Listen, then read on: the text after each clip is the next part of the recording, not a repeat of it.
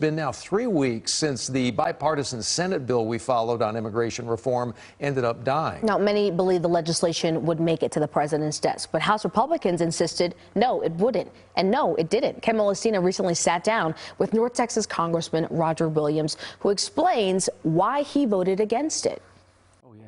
We caught up with Congressman Roger Williams at his ranch in Parker County to chat more about what happened with the bipartisan Senate bill that many had hoped for. Congressman, I've heard folks say that politics got in the way of a halfway decent bill, halfway decent policy. Well, you're not going to get away from politics in Washington, D.C., so that's kind of a true statement. And a lot of folks thought this thing had legs. And there was a lot of hope.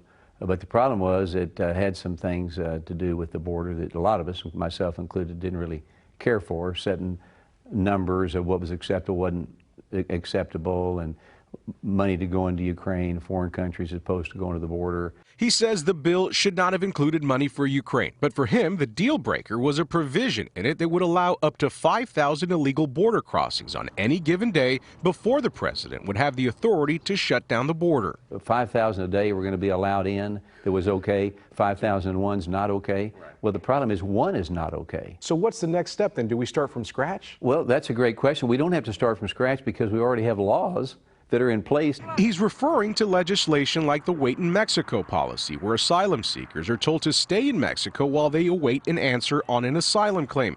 But the reality is that full immigration reform in this country hasn't happened in about 4 decades. But do you think what's currently on the books is actually working?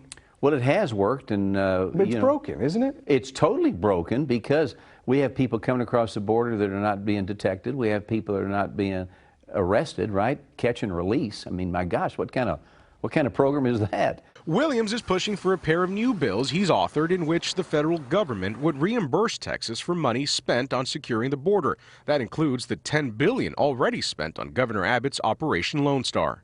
Just think if we get that money back, we could go spend it again to help secure the border.